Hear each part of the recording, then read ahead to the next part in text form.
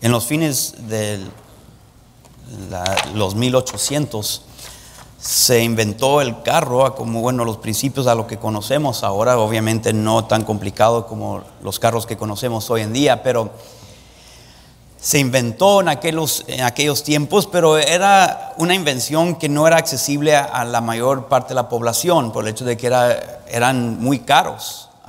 Las partes que se hicieron para poder armar el carro eran hechas en cantidades muy limitadas, y pues por ese mismo hecho de que las partes no eran tan fáciles para acceder, era bien difícil poder comprar un carro para una familia.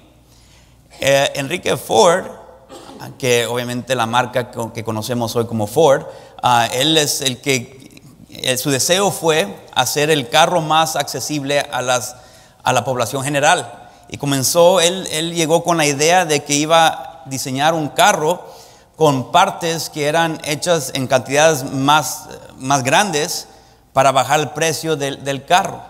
Y pues su primera invención de ese aspecto fue el modelo T, ¿verdad? Y todos eran negros, del mismo color, ¿verdad? Eran igualitos todos, y eso bajó el precio para que la familia general pudiera comprar un carro.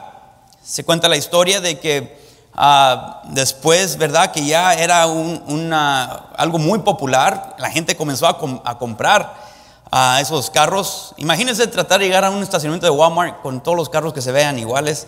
Sería un poco difícil, ¿verdad? Pero bueno, la gente comenzó a comprar estos carros.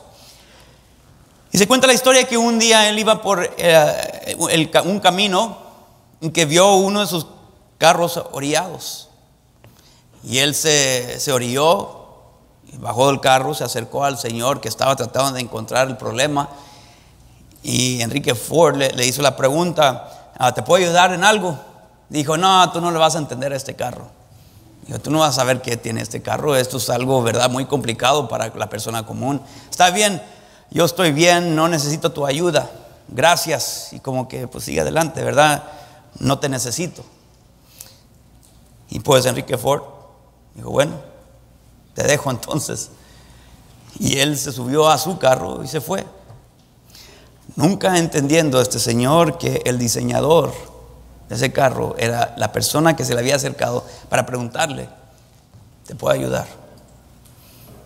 Él lo vio, el señor del carro descompuesto, vio a Enrique Ford como cualquier otra persona.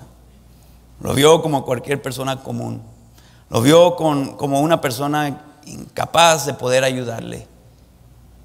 Y le dijo: gracias, pero no gracias. Y Enrique Ford se fue.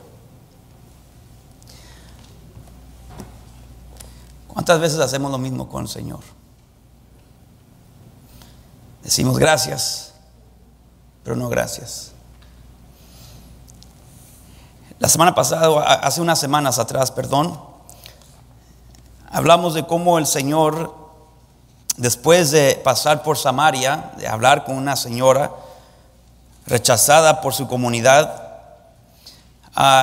después de hablar con ella, Él siguió a Galilea, que era la parte norte de Israel, cerca de donde era Él, el Señor Jesús, y va a Caná de Galilea, que está como unas 5 millas de Nazaret, de donde nació Jesús.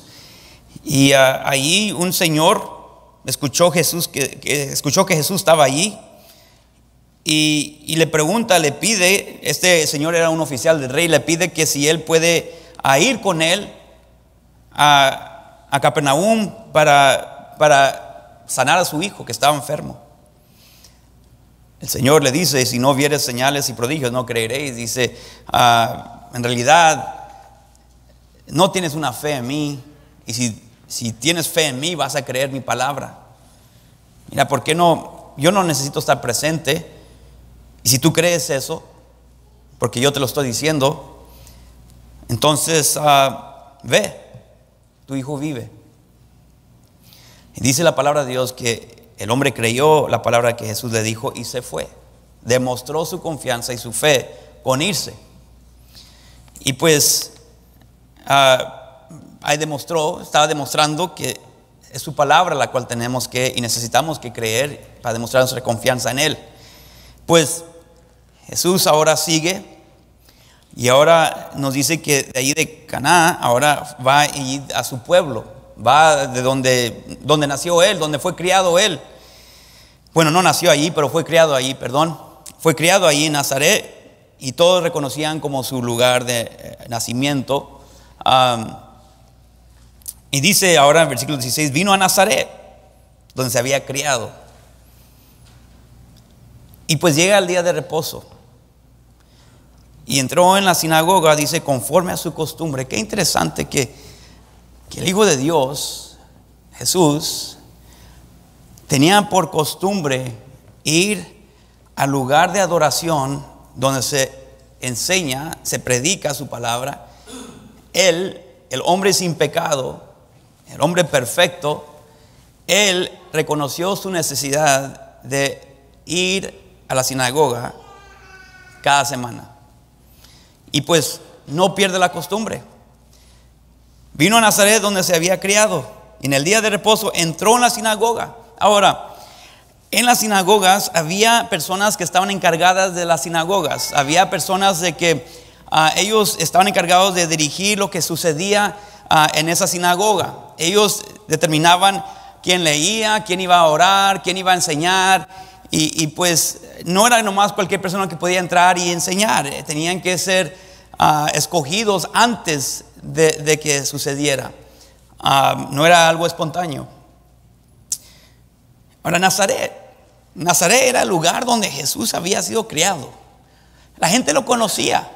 La gente conocía no solamente a Jesús, sino a su familia. Lo habían visto de chiquito. Él llegaba a la sinagoga. Nos dice incluso que cuando tenía 12 años llegaron a Jerusalén para celebrar una fiesta religiosa, el día de Pascua, y que él entraba a la sinagoga y él estaba atento y él estaba haciendo preguntas y la gente estaba nomás asombrada del conocimiento de este niño. Así que Jesús estaba acostumbrado a ir a las sinagogas. Él estaba interesado en las cosas, ¿verdad?, que se enseñaban ahí. La gente lo conocía. Me imagino que lo habían visto de chiquito entrar a esta misma sinagoga. Me imagino que él reconocía a todos los ancianos. Me imagino que él tenía recuerdos, memorias de escuchar ciertas lecciones y estudios de ciertos maestros, rabís, ¿verdad? De que él de chiquito se acordaba ciertas historias que contaban y estudios que daban y principios que enseñaban y pues no era un lugar nuevo para él. Me imagino que cuando llegó de Caná a Nazaret, quizás buscaba ciertos lugares. Yo no sé si a usted le ha sucedido cuando usted va a un lugar donde quizás un departamento donde usted fue criado, una ciudad, un pueblo donde ya tiene tiempo que no ha regresado. Quizás usted regresa a México, El Salvador, Honduras, de donde usted viene y le da la oportunidad el Señor de regresar a visitar su pueblo natal y usted va busca ciertas casas, cierta gente y ciertas tienditas, ¿verdad? Yo no sé, y ciertos lugares, porque le trae ciertos recuerdos de cuando era niño y pues siempre, ¿verdad?, tenemos ciertos recuerdos con ciertos lugares que siempre nos hacemos muy nostálgicos porque pensamos, yo me acuerdo haciendo esto acá. Y en la cámara de nuestra mente, ¿verdad?, podemos imaginarnos y recordarnos ciertas escenas que se llevaron a cabo en ciertos lugares. Un árbol que quizás subías de niño y pensabas, yo me acuerdo subiendo ese árbol me acuerdo de niño, ese árbol estaba pequeñito. Y ciertos recuerdos, imagino que Jesús hizo lo mismo. Al llegar a Nazaret, se dice, ¿verdad?, que más o menos ya había pasado un año desde cuando fue bautizado Jesús y a este momento. Entonces ha pasado un buen tiempo sin ver a la gente aquí de su pueblo. Llega y pues no sabemos cuántos días ya ha estado allí, pero llega el día de reposo, el sábado, y ya es tiempo de llegar a la sinagoga. Y pues al parecer el que está encargado de esa sinagoga ahí de Nazaret se le había acercado y le había preguntado a Jesús, ¿quieres leer de los profetas y quieres dar la enseñanza? Porque la costumbre era de que se daban unas oraciones y luego se leía de la ley y luego se leía de los profetas y luego se daba una enseñanza y luego se hacía otras oraciones y a veces se daban unas bendiciones también dentro del servicio y se cantaban unos cantos Había un orden que se seguía y pues a veces unos 5 a 7 personas leían del Antiguo Testamento. Bueno, era el único testamento que tenían, no tenían Nuevo Testamento. Los judíos, ¿verdad?, nomás reconocían el Antiguo Testamento en aquel entonces, el único que existía. Así que leían de la ley primero, siempre era primero, y luego leían de los profetas. Y le habían pedido a él, obviamente, que si él podía leer, porque él entra y él lee. Y entonces dice, en el día de reposo entró en la sinagoga, conforme a su costumbre, y se levantó a leer. Entonces ya se había leído, ya se había hecho las oraciones, ya se había leído el Antiguo Testamento, de la ley, los primeros 5 libros del Antiguo Testamento, ya se había leído de allí. Ahora le toca a él. Se levantó a leer. Y había alguien encargado de los rollos, porque no eran libros como conocemos libros hoy, eran rollos, grandes rollos con la ley. Alguien más estaba encargado del grande rollo de los profetas. Y esta persona que tenía el rollo de los profetas, él se acerca. A ellos se dice que estaban sobre como una mesa. Él se acerca a esa persona, le pasa el rollo, o como sea que él se pasa atrás de la mesa, y ya se había escogido lo que se iba a leer. Y pues dice que se le dio el libro del profeta Isaías, se le dio. Entonces ya se había abierto allí, y habiendo abierto el libro, halló el lugar donde estaba escrito, que es para nosotros sería Isaías 61, versículo 1 y parte del versículo 2. Y dice que comienza a leer: el Espíritu del Señor está sobre mí. Y era común de que se leía de los profetas, pero también se hacía una aplicación a lo que se podía esperar cuando llegara el Mesías. Es que era con profecías mesiánicos de que esto iba a suceder cuando llegara el Mesías. Así que estaban acostumbrados y anticipando que se iba a hacer la aplicación al Mesías, y cómo iban a ser librados, y cómo iban a poder, ¿verdad?, vivir en victoria, libertad, los judíos sobre los romanos. Y aquí está leyendo Jesús, dice: el Espíritu del Señor está sobre mí, por cuanto me ha ungido para dar buenas nuevas a los pobres. Me ha enviado a sanar a los quebrantados de corazón. Y pónganse a pensar, mientras que están escuchando esto los judíos, ellos están atentos porque está hablando de cómo van a ser librados, cómo van a ser sanados como nación, de cómo el Mesías va a venir a conquistar, a pregonar libertad a los cautivos, y vista a los ciegos, y poner en libertad a los oprimidos. Ellos están atentos a predicar el año agradable del Señor. Y dice: y enrollando el libro, lo dio al ministro, y se sentó. Y uno lee eso y se sentó, y uno piensa, bueno, pues es que terminó de leer, ahora se sentó con los demás para escuchar lo que se va a decir, lo que está por venir. No es eso. La costumbre de los judíos, después de leer, el que va a leer o el que va a predicar, después de leer de los profetas, entonces la enseñanza no se hacía parado, la enseñanza se hacía sentado. Dice que leyó las escrituras y luego se sentó para ahora explicar o predicar de lo que había leído. Entonces ahora va a exponer la palabra de Dios, y por eso es que se sentó. Y la gente está atenta. Dice: y enrollando el libro, lo dio al ministro y se sentó. Y los ojos de todos en la sinagoga estaban fijos en él. Acuérdense, él es alguien del pueblo. Él es alguien que ellos habían visto crecer. Él es alguien que habían visto, ¿verdad?, exponer la palabra de Dios con tanta sabiduría. Y estaban impresionados, honestamente. Este es uno de los nuestros. Este chavalo es de Nazaret, nazareno. Usted sabe, cuando hay cierto orgullo, ¿no?, que uno siente cuando alguien sobresale ciertos obstáculos o sale adelante y es reconocido por más gente, ¿verdad?, y va creciendo en influencia y está logrando sus logros, y uno, cuando es del lugar de donde fue criado uno, como que hay un cierto orgullo, ¿no? Yo no sé, cuando un boxeador es mexicano, es mexicano, ¿verdad? O quizás un beisbolista, ese es de México. Y pues uno, ¿verdad?, nomás se identifica nomás porque tiene algo en común con esa persona, y hay un cierto orgullo que viene por esa persona, porque Hay algo en común que tienes con alguien famoso o alguien que está sobresaliendo y sabes de dónde salió porque tú también fuiste creado en ese mismo ambiente y te sientes orgulloso porque tenemos algo en común. Y Él nos está dando esperanzas de que yo también puedo sobresalir porque Él es como yo. Y pues Jesús había regresado a Nazaret y Él es alguien que había sido escogido a leer la palabra de Dios y ahora se ha sentado a enseñar.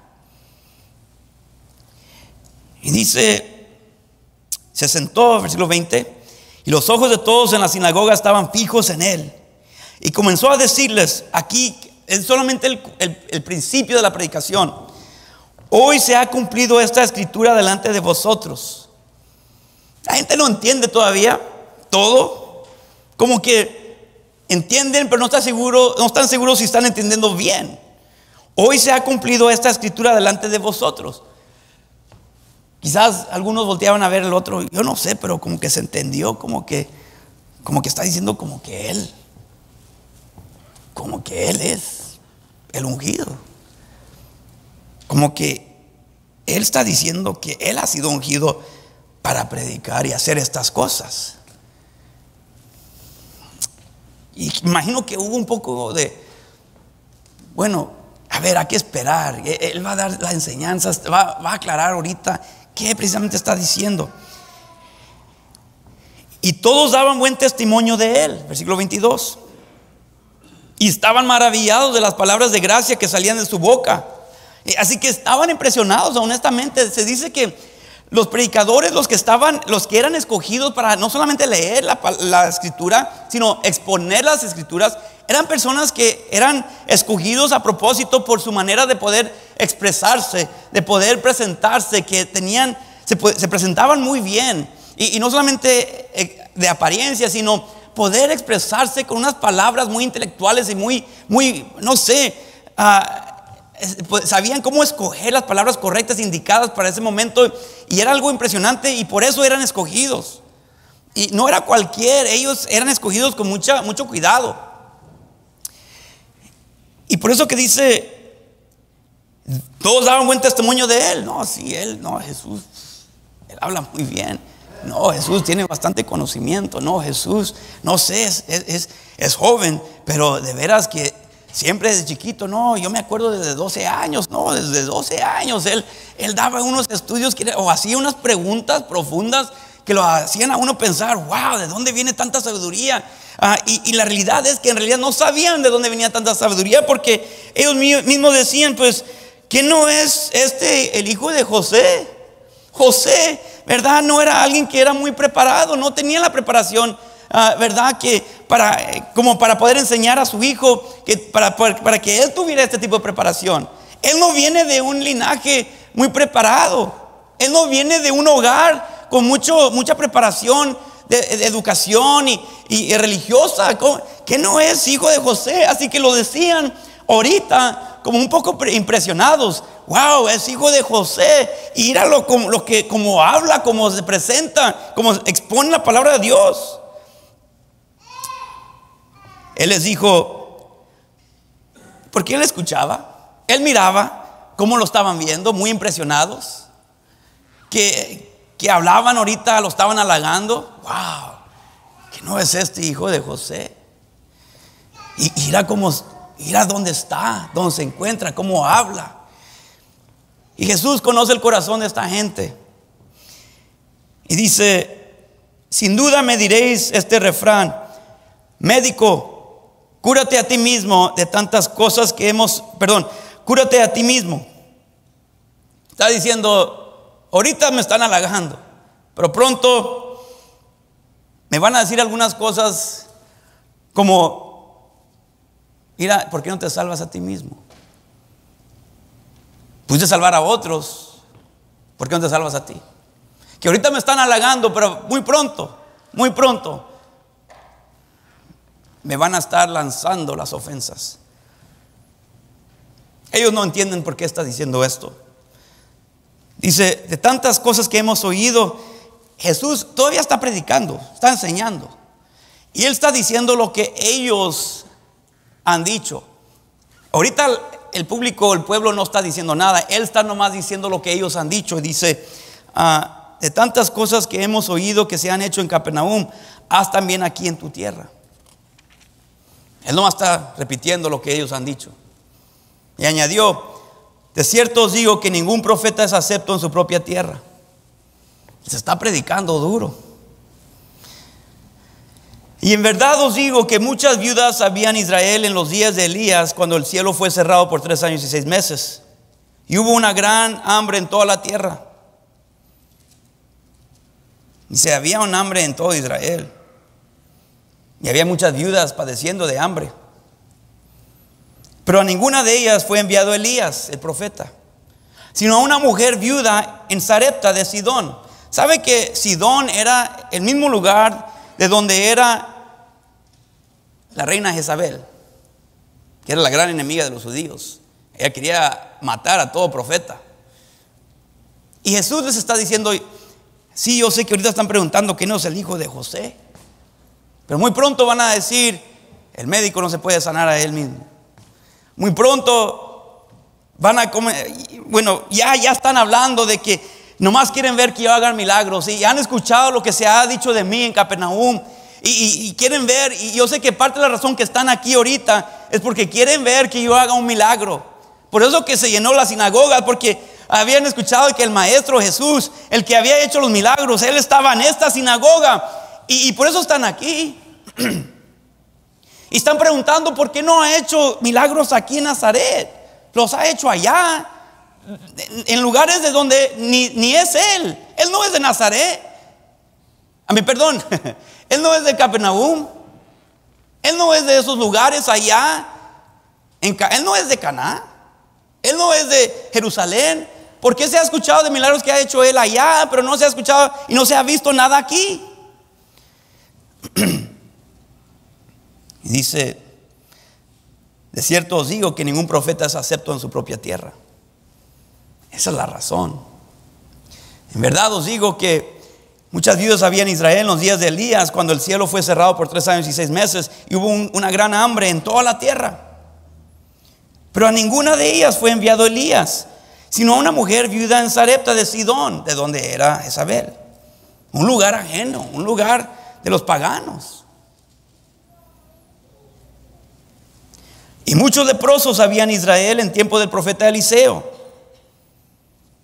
Pero ninguno de ellos fue limpiado, sino Naamán, el sirio.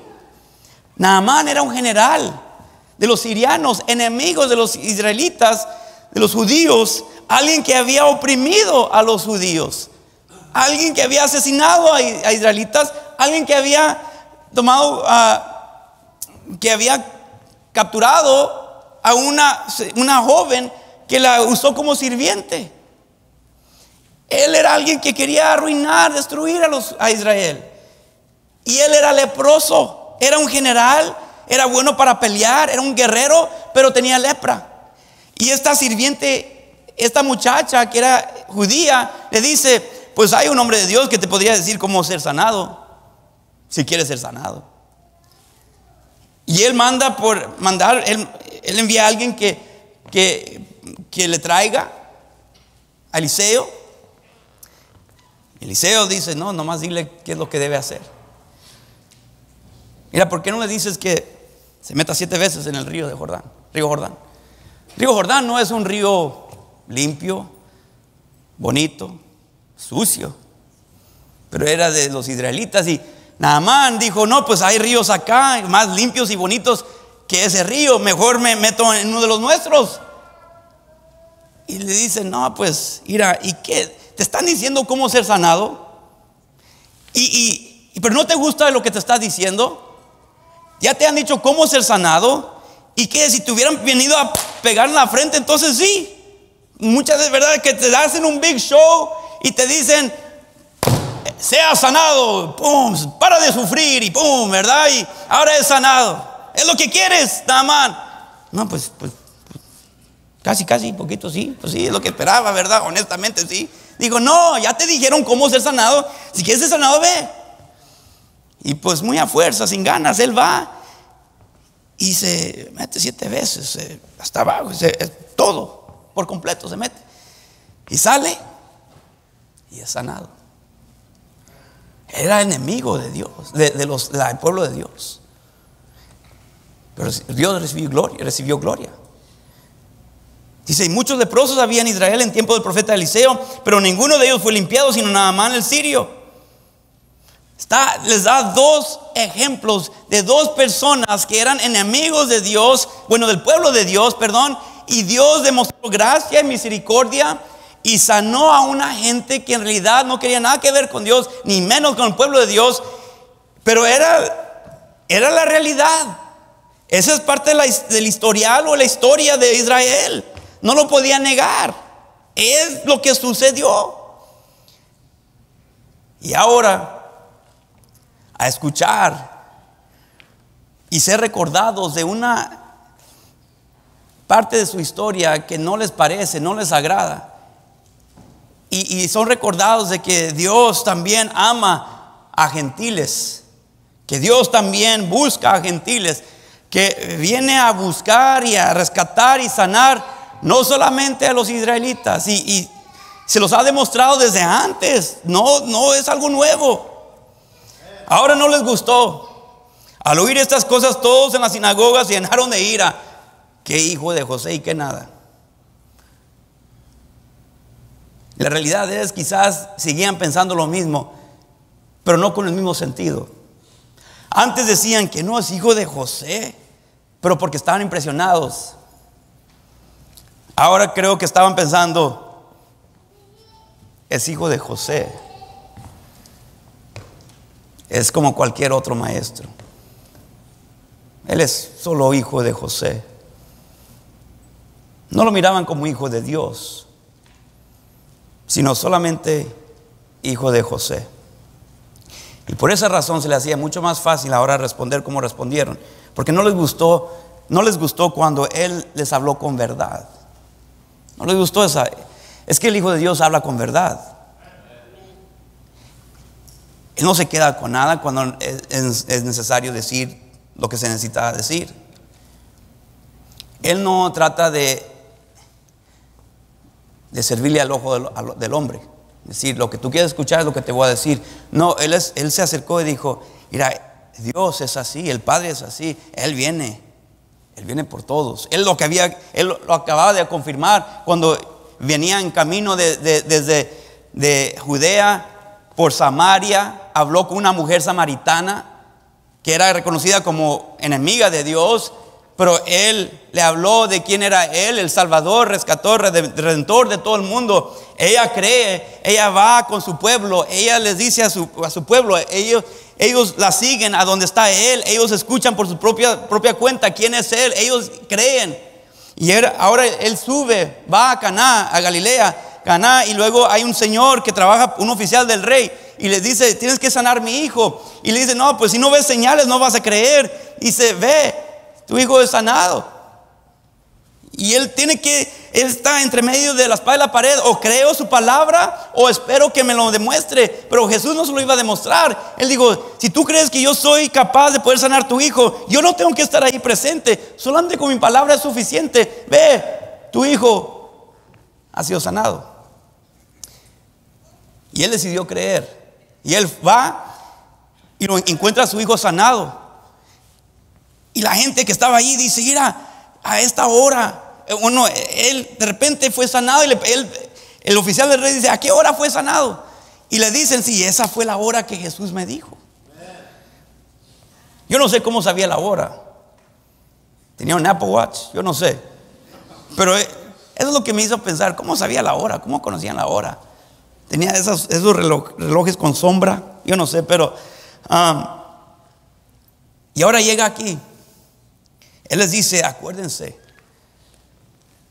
Él busca no solamente a nuestra gente.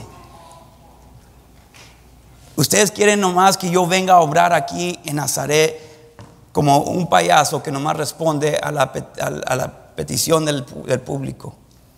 No. Porque la realidad es, y nos dice el Señor después, que la razón que Él no obró en Nazaret como pudo haber obrado o como obró en otros lugares, dice Mateo 13:58, Y no hizo allí muchos milagros. ¿Dónde? Nazaret. No hizo allí muchos milagros a causa de la incredulidad de ellos.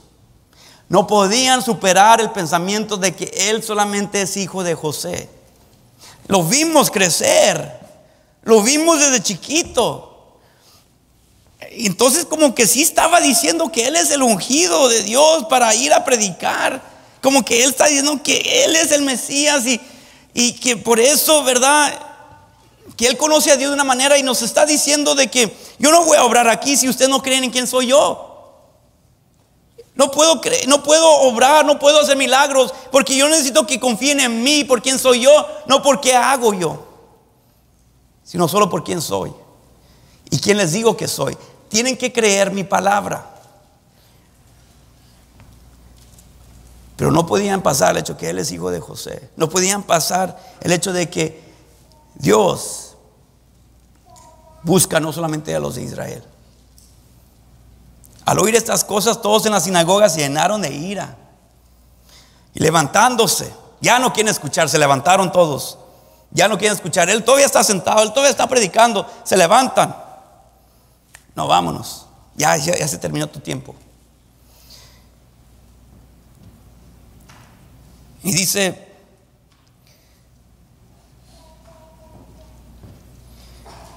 levantándose, le echaron fuera de la ciudad.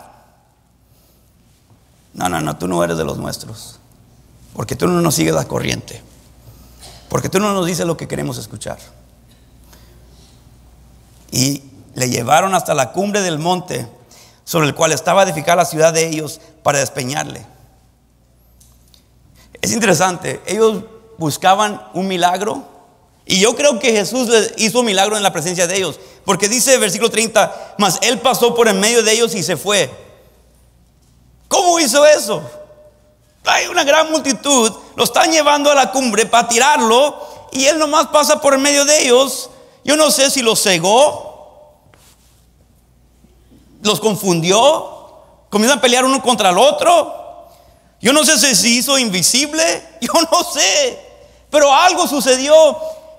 Y la realidad es que aún si hubiera hecho milagros, porque los hace en el futuro, no le creen. Como que se les hace muy difícil creer que es más que solamente el hijo de José.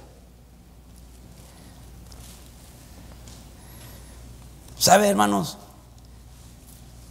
Muchos de nosotros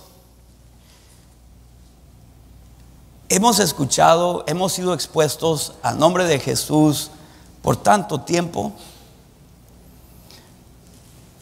Cada uno de nosotros tenemos diferentes trasfondos. Yo sé, en mi caso, yo fui expuesto al nombre de Jesús como un niño católico. Me llevaban al catecismo a fuerzas. Me acuerdo que una vez le decía a mi mamá, no, llegaba el día del catecismo y decía: mamá, me siento mareado. ¿Seguro? Sí, mamá, yo no sé, no puedo ir ahora. Y me la pasó esa vez. Llegó el próximo día, el mero día otra vez: mamá, no sé, me estoy sintiendo mareado otra vez. Digo, ya van 2 días, ya van 2 semanas que te sientes mareado. Y ya no podía hacerme para atrás. Digo, ¿estás seguro? Y mi mamá igual como que desafiándome: oh, sí. Dije: sí, mamá, no, estoy mareado. Es que cuando me paro, comienzo a caminar, no sé, siento como que me voy a caer. Estoy muy mareado, no puedo ir, mamá. Digo: está bien, te voy a ir al doctor, te voy a llevar al doctor. Y una vez más no me podía hacer para atrás. No, pues ya entré, ya tengo que seguir. Tengo que seguir con esta mentira. Está bien, mamá. Y yo también tratando de ver si nomás me estaba retando y no le iba a marcar. Está bien, mamá, tú márcale, yo estoy mareado. Y pues dijo: ok, le voy a marcar al doctor. Márcale, pues le voy a marcar, márcale. Le marcó, me hizo cita y me llevó al doctor, y yo nervioso, a ver, ¿qué me va a hacer? Como... Y el doctor: ¿te sientes mareado? Sí, me siento mareado. Ay, no sé. ¿Y cuánto te sientes mareado? Nomás cuando me paro para caminar, no sé, como que me dan ganas de vomitar, yo no sé qué. Y ya nomás agregándole más, ¿verdad? Dijo: a lo mejor tienes mucha cera en tus oídos. Dije: a lo mejor. Yo pensando: ¿qué van a hacer? ¿Cómo van a saber? Yo sé qué hacen. Pues me metió una manguerita. Y yo aferrado: no, sí, me siento mareado. Y me llenaron de agua el oído, todo el canal del oído. Y yo Señor, que algo salga para que los convenza. Y salió unas cositas, dijo, y digo, oh, sí te salió algo. Yo creo, eso ha de ser. Para decirles que yo no quería ir, no me gustaba ir. Pero ya después de eso yo no podía usar esa excusa, porque ya me sacaron lo que me tenían que sacar, ya no podía estar mareado. Gracias a Dios no me dio infección por sacarme lo que me sacaron, yo no sé, pero tuve que regresar. Y pues yo a mi primo nos tocó a los dos ir al catecismo. Y pobrecito mi primo, él es bien serio. Lo contrario, yo y él muy opuestos. Él es bien serio y siempre se metía en problemas porque tiene la cara bien seria. Usted conoce gente que es muy seria, que la gente parece como que lo está viendo mal, como que están enojados y como que están buscando pleito, ¿verdad? ¿Qué? Pobrecito, nomás está serio. Él no está buscando pleito, nomás está serio. Y mi pobre primo se metía en varios pleitos porque la gente pensaba que lo estaba viendo mal. ¿Y qué estás viendo? ¿Qué? ¿Tú? ¿Yo? ¿Y tú? ¿Qué? Y pobre, se metía en pleito, no porque era serio. Pues nos tocó la misma clase, yo y él. Y pobrecito se confundía. Pues ya sabe que en las escuelas, ¿verdad? Comenzaban, no sé si todavía, comenzaban el día con demostrar su lealtad a la bandera de Estados Unidos, ¿verdad? Y hacía su voto, no sé qué, ¿verdad? Pues comenzábamos supuestamente nosotros la clase de catecismo orando o rezando, y así poníamos las manos así. Pues mi pobre primo se confundía y comenzaba así. Y pensaban que lo estaba haciendo adrede para nomás, una vez más, por su cara. Que estaba enojado y que en rebeldía decía, no, pues yo voy a orar, a rezar así. Y pues lo sacaban y lo regañaban y pues, pobrecito, pero no nos gustaba ir. Pero escuchamos de Jesús y fuimos expuestos a la vida de Jesús, a la enseñanza de la vida de Jesús. Por supuesto, había mucha doctrina que no era, le llamaban la doctrina, pero no era doctrina bíblica, honestamente, no lo era.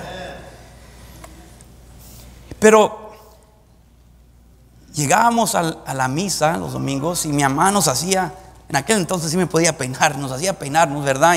Y que vamos a llegar temprano. Y pobrecita, mi papá no quería ir tampoco, era como el cuarto niño, también él. Y pues nos hacía a todos ahí a fuerzas ir. Llegaba el tiempo de señal de la paz y nosotros jugando, señal de la paz. Y pues siempre jugando. Y digo todo eso para decirle que el nombre de Jesús fue tan común para nosotros que perdió su reverencia en nuestro corazón. Y la realidad es de que muchos de nuestros hijos se encuentran en una situación. La realidad es que no solamente nuestros hijos, sino muchos de nosotros hemos escuchado el nombre de Jesús tanto que ya nomás lo vemos como el hijo de José. Es el hijo de José. Y la realidad es que ni era hijo de José,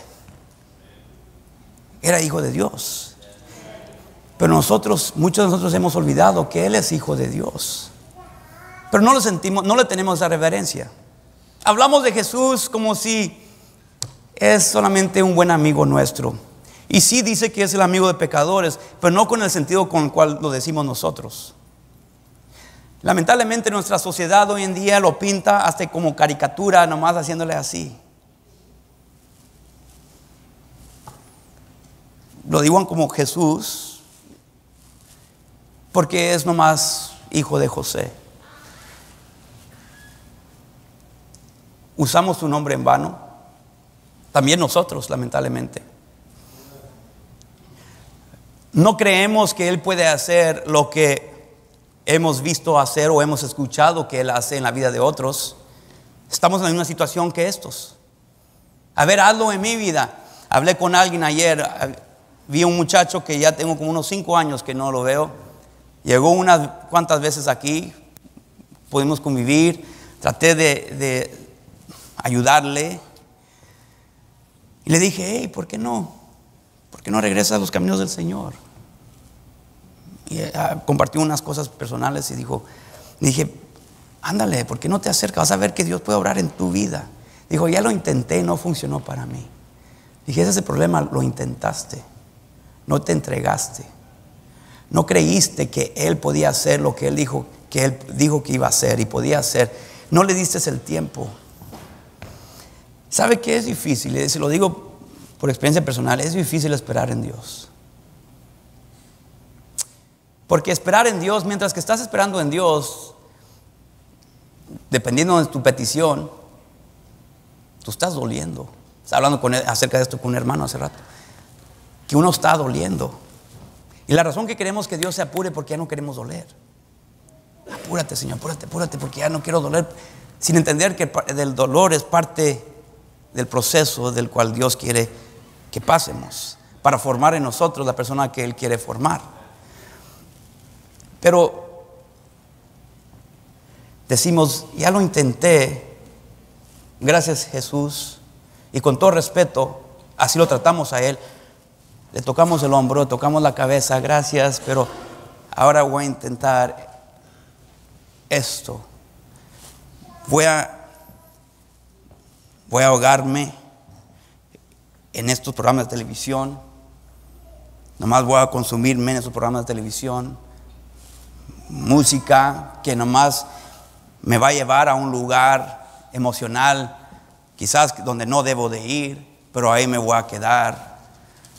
Pero gracias Jesús, hijo de José. Es que ya estamos muy familiarizados con Él. Y ha perdido el brillo para nosotros. Y la realidad es que nunca lo hemos conocido.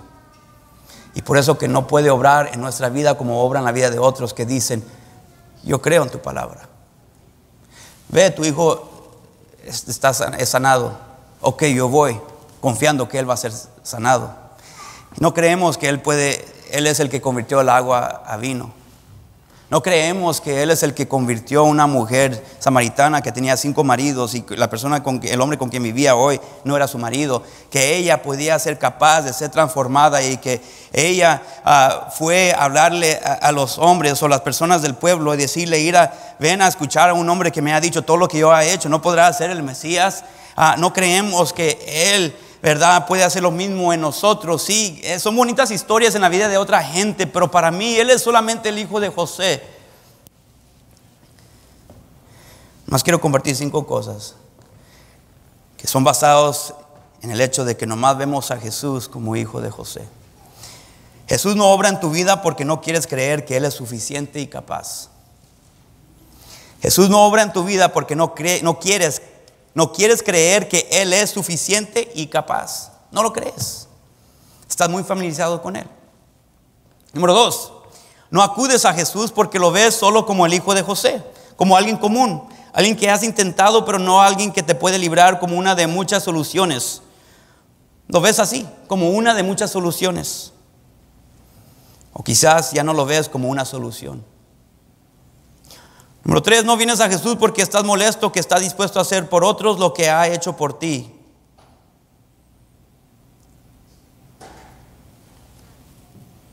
O estás molesto por lo que quiere hacer en ti. Los judíos, si ellos querían ser librados, pero ellos no querían que Él fuera a librar a los que no eran judíos. Queremos ser librados. No queremos que libre a otros, nomás a mí. Número 4, no vienes a Jesús porque no crees que lo necesitas. Ellos no se miraban a ellos mismos como pobres en espíritu, o más bien pobres. No se miraban como quebrantados de corazón. No se miraban como cautivos. No se miraban como ciegos. No se miraban como oprimidos. Así que no tenían que ser sanados. No tenían que ser librados. No tenían que recibir vista. No necesitaban libertad. Por eso les molestó cuando ellos lo comenzaron a recibir personalmente. Óyeme, Él está hablando de nosotros. Y la razón que pudo hacer por los demás lo que no pudo hacer con ellos es porque ellos sí se vieron por lo que eran. Yo soy ciego, dame vista. yo estoy esclavizado, dame libertad. Yo estoy enfermo, sáname. No vienes a Jesús porque no crees que lo necesitas. Número 5. No quieres seguir a Jesús porque no te gusta la verdad. ¿Por qué lo echaron para afuera? Porque les habló con verdad. Y es por eso que nosotros lo echamos para afuera también, porque nos habla con verdad. Hermanos, es que nos gusta nomás el siempre tener fun, diversión. Siempre, es lo que siempre queremos, diversión, diversión, diversión. Ese no es la vida real. Hay tiempos de diversión, pero no es la vida en total. Y hermanos, no nos gusta cuando alguien nos dice que estamos mal, o cuando alguien nos dice, verdad, que estamos alejados de Dios. O no nos gusta cuando alguien nos dice que nuestro corazón se ha endurecido. No nos gusta cuando alguien nos dice, verdad, que ya hemos cambiado. No nos gusta, verdad, cuando alguien nos dice, verdad, tú ya estás hablando diferente. No nos gusta cuando alguien nos dice, tú ya no vives como antes, tú no te comportas como antes, ya tu semblante ha transformado, se ha cambiado, tu actitud, tu espíritu se ha apagado. No nos gusta cuando alguien nos dice, verdad, con la verdad de que tú necesitas acercarte al Señor. Y sí, lo decimos, no, sí, yo estoy cerca de Él. La realidad es que tú ya sabes que tú estás bien lejos y te molestas cuando alguien te dice, mira, tú necesitas ayuda. No, yo necesito ayuda. Y comienzas a enojarte, molestarte. Y si tú eres esa persona que siempre te la pasas enojado, molestado, como que Dios quiere lo peor para ti, nomás te quiere destruir la vida. En realidad, amigo, tú estás lejos de Él, más lejos que lo que tú entiendes. Y tú nomás lo ves como cualquier otra persona. Oh, sí, yo soy cristiano.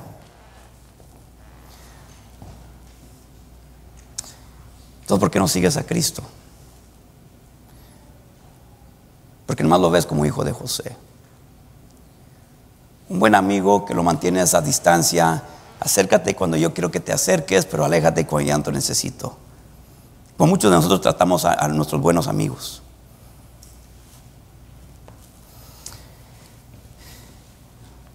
Amigo, necesitas vista porque estás ciego. Necesitas ser sanado porque tu corazón está quebrantado. Necesitas ser libre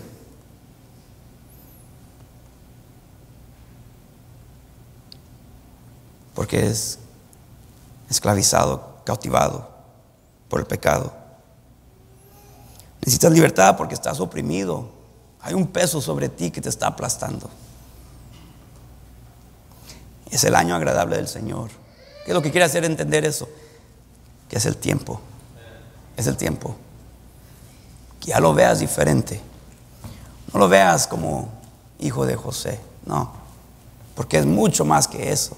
Y la realidad es que ni es hijo de José. Es hijo de Dios. Que un día dice que toda rodilla se doblará en su presencia. Toda lengua lo confesará, quiera o no quiera. ¿Verdad? Que Él va a regresar y que sus ojos van a ser como relámpagos de verdad, su pureza, y va a venir a juzgar. Que Él va a venir en poder, en fuerza. Que Él es capaz de decir yo soy y todo el mundo se cae. Que Él es, ¿verdad?, el principio y el fin. Que Él ve el fin desde el principio. Que Él es el creador de todo lo que existe y lo que jamás existirá. Él es el Dios todopoderoso. Él es el grande y el fuerte. Él es el alfa y el omega. Él es todo lo que nos podemos imaginar y aún más, porque nuestra mente es incapaz de poder imaginar a los niveles de lo que es nuestro Dios, porque Él es infinito y nosotros solamente infinito. Yo sé que estoy doliendo ahorita, pero Él es capaz de sanar y hacerme más fuerte y no solamente mejorarme. No. Él no quiere mejorarme, Él quiere transformarme. Él quiere hacerme una criatura completamente nueva. Y pensamos que Dios nomás ha llegado a mejorarnos. No es cierto. Nos ha venido a transformar, a ser una nueva criatura donde pensamos diferente, hablamos diferente, hacemos diferente, vivimos diferente, nos vemos diferente. ¿Por qué? Porque Él es el creador, Él es el transformador, y Él te quiere transformar a ti, pero tienes que verlo como el Salvador, no como el hijo de José. pero crees lo que Él dice acerca de Él. Mientras que no creas, siempre vas a estar pidiendo señal. Dijo un señor, le dijo a su compañero: yo voy a creer que Él es Dios si Él ahorita causa un terremoto y me hace caer. Estaban trabajando juntos. Dijo que estaban trabajando en una bodega y que hubo una explosión y que todo el mundo, toda la bodega tembló y él se cayó. Que se paró bien rápido y todo asustado, todo espantado. Digo, ¿viste lo que sucedió? ¿Qué fue eso? Y dijo su compañero, dijo, ¿crees que fue como, yo no sé, un temblor que te hizo caer? Te tumbó. Y él comenzó a explicar acerca de qué es lo que fue, pero no fue eso. Amigo, deje de mentirse. Decimos, si Él hace esto, si Él hace eso, si Él hace... No es cierto, no es cierto. La realidad es que tú no quieres creer. A pesar de los señales que te dé, tú siempre lo vas a explicar. No, es que fue esto, fue esta razón, fue esto. Nunca va a ser Dios para ti. Así que tienes que llegar a lo más básico. ¿Crees su palabra o no? Es todo, es lo que estaba buscando Jesús. Pero tienes que verlo como el Salvador, el Mesías del mundo. ¿Crees tú? Vamos a orar.